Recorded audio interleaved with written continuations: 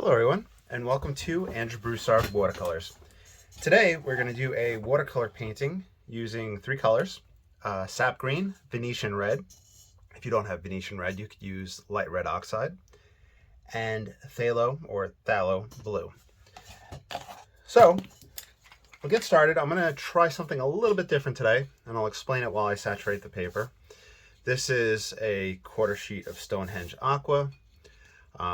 140-pound cold press, 100% cotton. So my idea is this. I've been doing some photography, pinhole photography of trees lately. So I've been looking at trees and their trunks and their bases. And I was thinking about painting just a generalized tree. And then that had me thinking, for some reason, about Zoltan Szabo, where in his books, he has tons on the market. You can get a whole bunch used off of eBay or Amazon.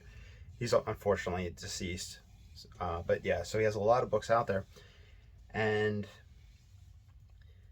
a lot of his paintings will have that wet and wet that I like to use, and then have a second stage after that. He would also use masking fluid or other ways of blocking out. So I was thinking about that, but I'm going to use the paper towel to lift rather than mask out. Also, one last shout out before we get started. This color combination, the Venetian red and the sap green, it's been used by the Tonalist oil painters and the current ones that are very popular on YouTube, Stuart Davies and I blanked out on his other name. Dennis Sheehan. Use those colors. They'll use like a red ochre and a sap green or things along those lines. And they'll wipe on and wipe off. Anywho, here is my idea. We'll mix it up. We'll put in a generalized shape. So this is just feeding wet and wet. Essentially just getting paint and pigment onto the paper.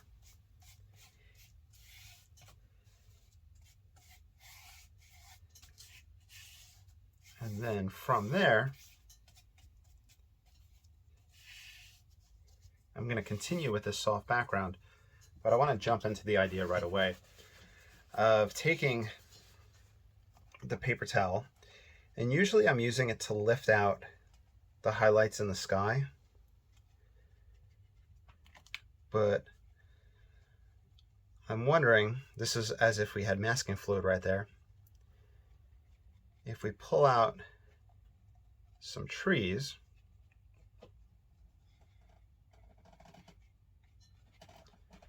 and start lifting in this fashion, and then paint directly in that, how that would act as opposed to using masking fluid and lifting it up.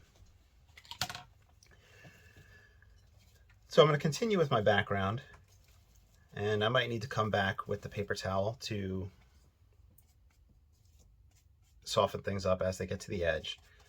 I'm curious about that hard edge, soft edge, and how they're going to interact. So we have a lot to experiment with. How this comes out, I'm not sure, but that's the whole point. So with this approach, I'm using the Ranson hake brush, and I use paint straight from the tube.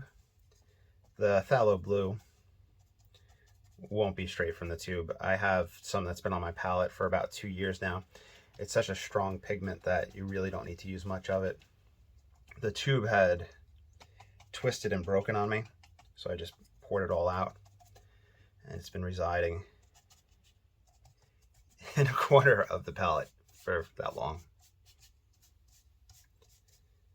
So we're building up just the sky, the scene, getting our ideas. I'm thinking that I'm going to pull out some white in this background. We might see how much we would benefit from this.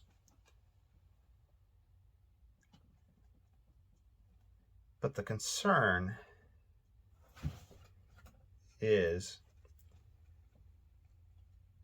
how this white will interact with any whites that we have left over from lifting here. Just pulling out the tree portions. So you can see that this is a very aggressive lifting compared to the lifting that I've done in the past in other videos. And if we need to add water or pigment back in, we can go right back in.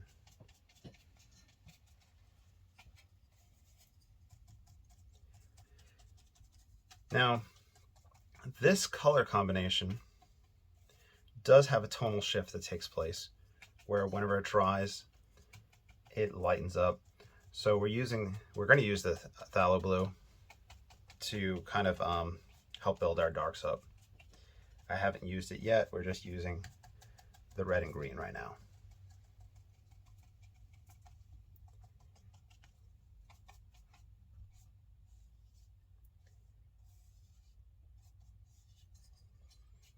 Okay.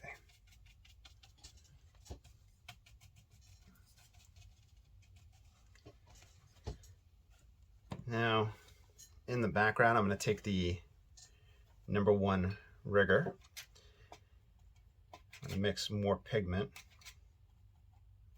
and I'll do some wet and wet tree trunks, just kind of generalized growths. They're going to soften up, they're going to lighten up, and we're going to wind up painting over them in portions, but it's just to build the illusion of depth.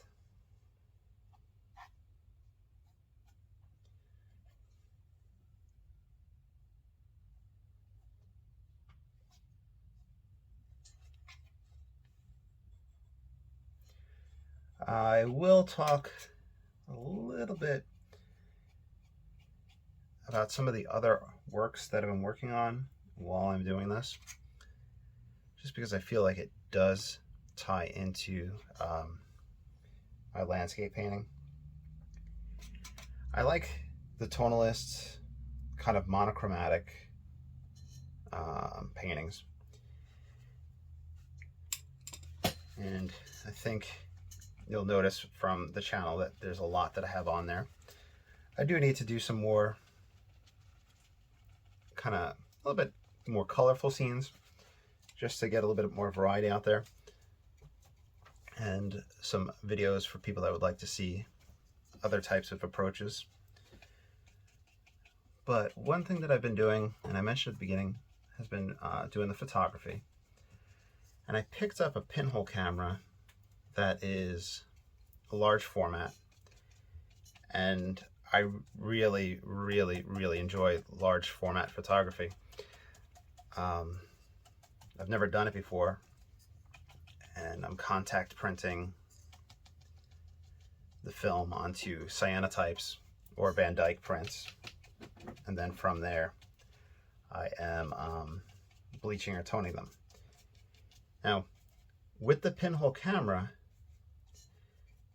since the aperture is so small, the f-stop is so large, I guess the term would be, but the pinhole is very small, less light comes through, so it takes longer to expose the image. And I did one of the local bridge that I'm always doing paintings of or videos of or photos. And with the pinhole and the longer exposures, movement will cause a softening of the image, and the water and the distant objects softened up. And in the foreground, there was some overgrown grass and weeds that came out nice and crisp. And I felt that that was really reminiscent of this style of painting, where the background soft and then the foreground textured.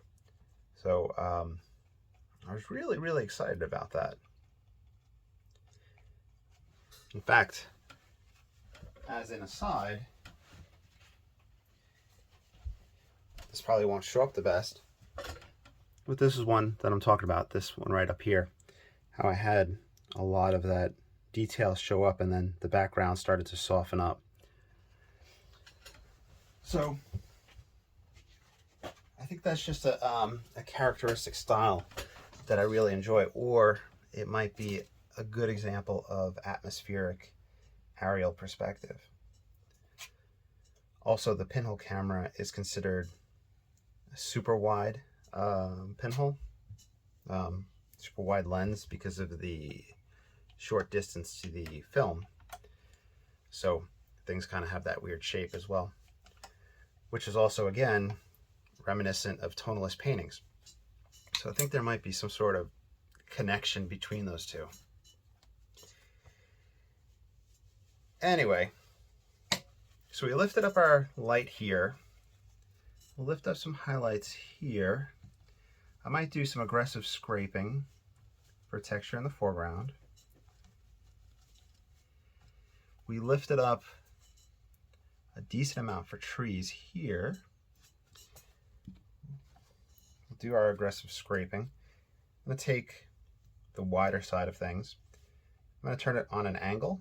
Hopefully that shows, so that it'll be that width, or I can go super wide with it. This is the cut side of a credit card. You can see how that differs than just lifting.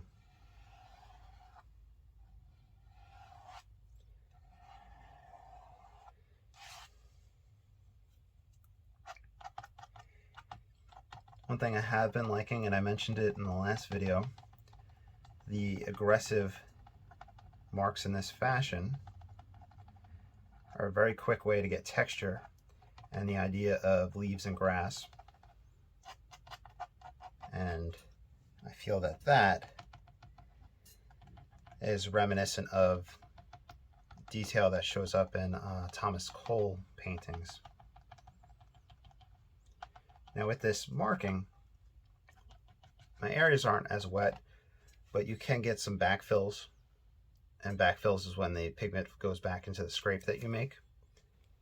And that right there gives you some different variety of tones, the light marks and the backfills.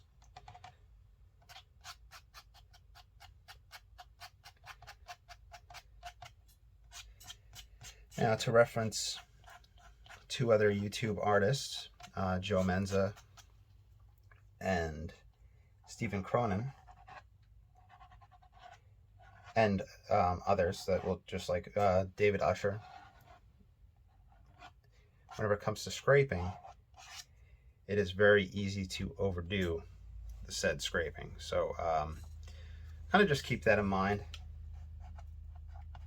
I am doing quite a bit of scraping here. I think it's being used in a good fashion.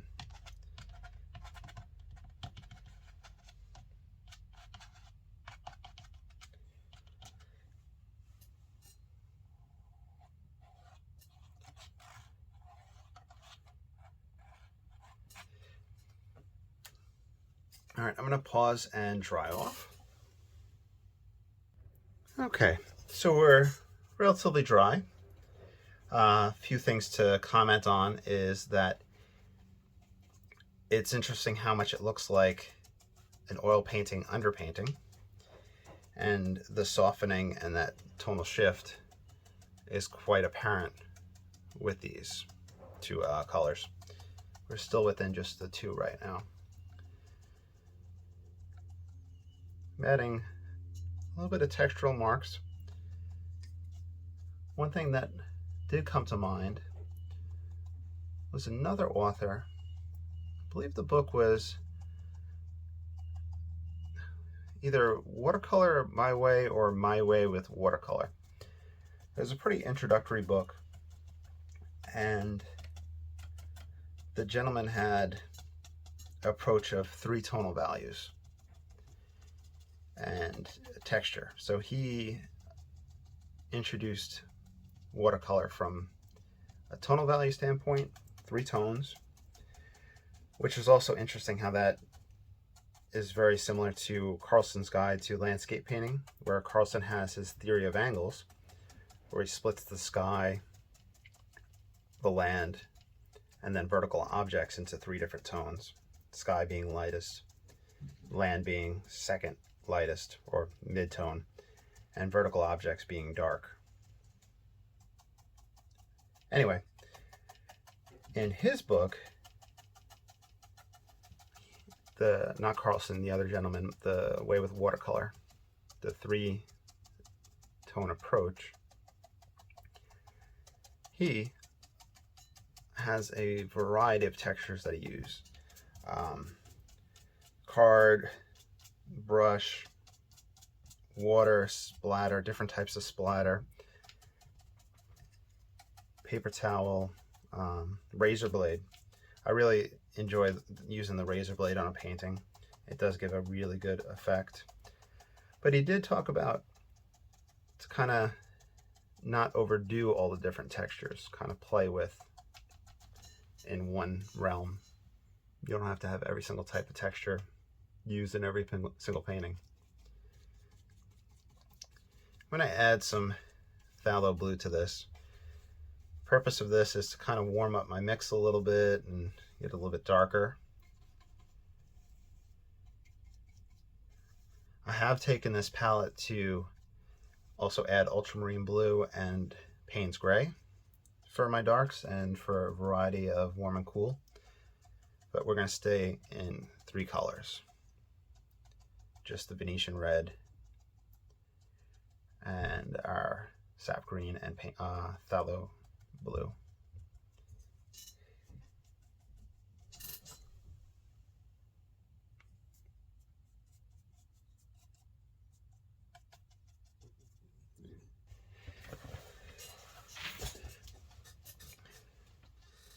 So we have this darker wash. See, it's a pretty wet wash. I had to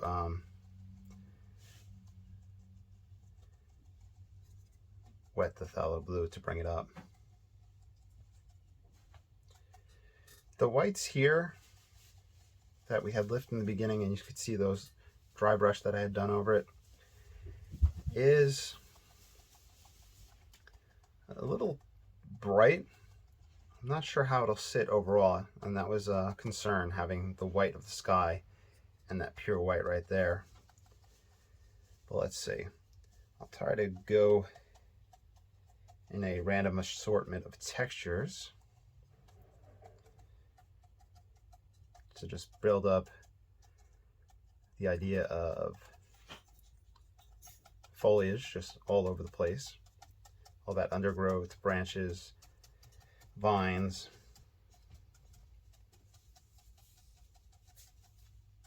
I took one photo today that had, well, I was about to take the photo and there was a vine right in front, and I realized that that probably wouldn't read that well, so I wound up shifting the camera some.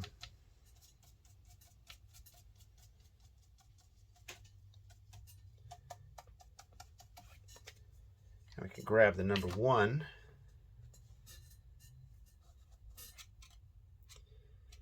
See if we can get a stronger mix.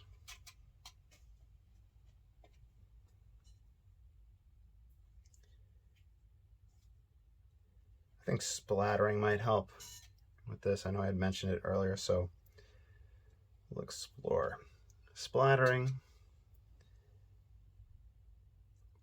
So not only am I trying to get different textures in this region, I'm also trying to get different tones.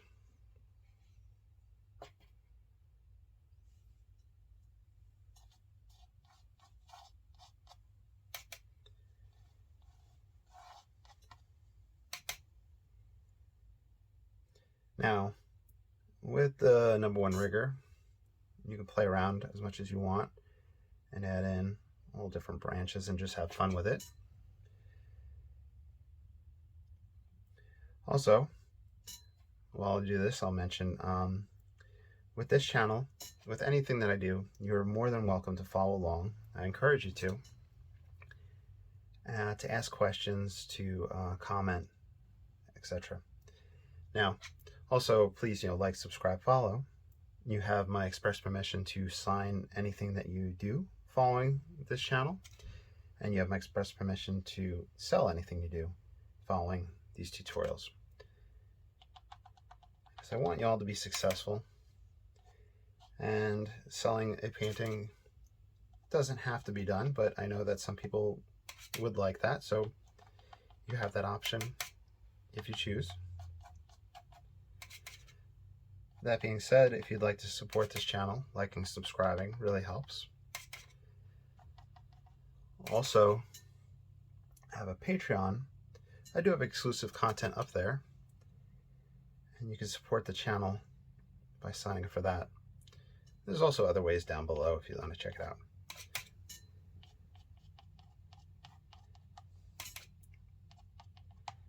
So let's see. I think I'm going to tie this background together a little bit. That should soften up, but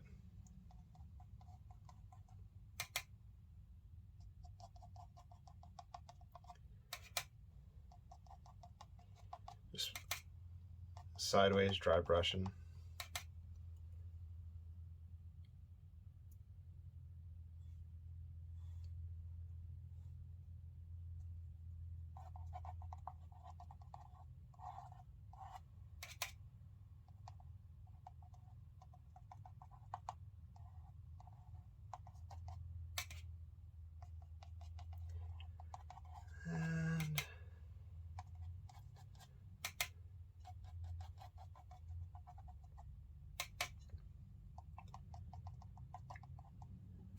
There you go. We have something interesting back here.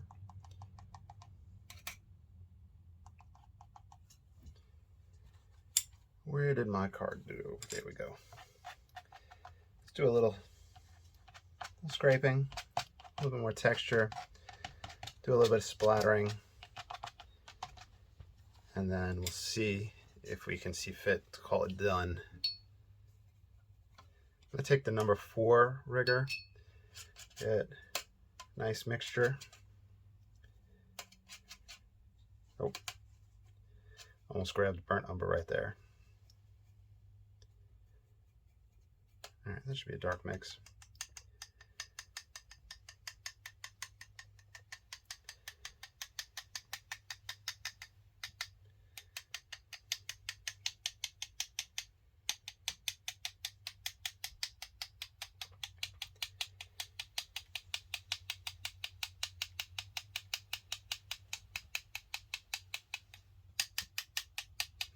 Then, I think what we'll do is splatter some water after we do a dry off and lift for the kind of mothy fairy effects. There we go. Okay, quick dry off. All right, so looking at those white highlights, not sure how I feel about them. I'm going to grab a dark mix, phthalo blue and Venetian red, and I think maybe having my darkest dark near that light might make it interesting. Either give the effect of a darker trunk or the shadow side of it, and then help it sit in place. Is that what that one needed? Let me know what you think in the comments and what you would think or try with those light portions.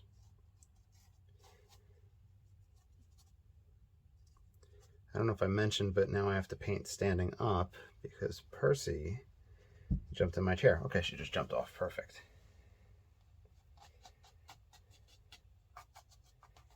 And we'll build our dark right around here. So that'll be our darkest dark.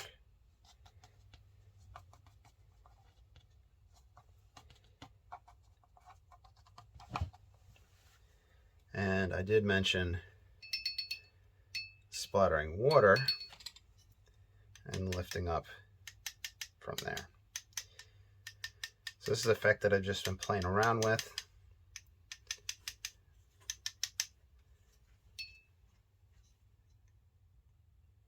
It's fun to put this wet water there, the splatters.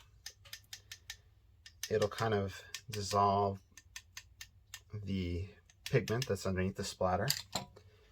And then you can take a paper towel and directly get a little bit of a change.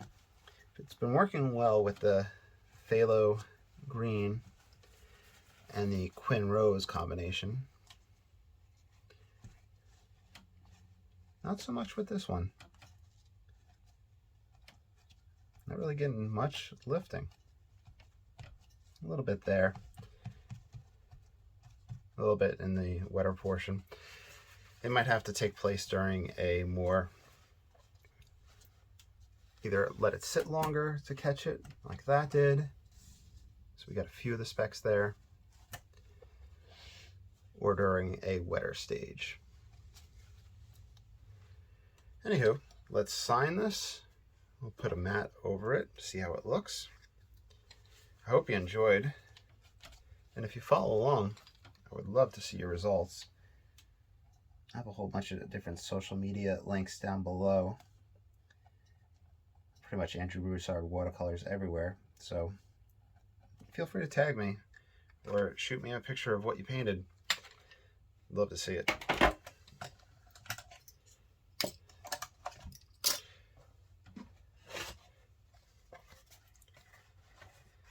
Pull the camera out. And there you go. I hope you enjoyed. I'll talk to y'all soon and have a great day.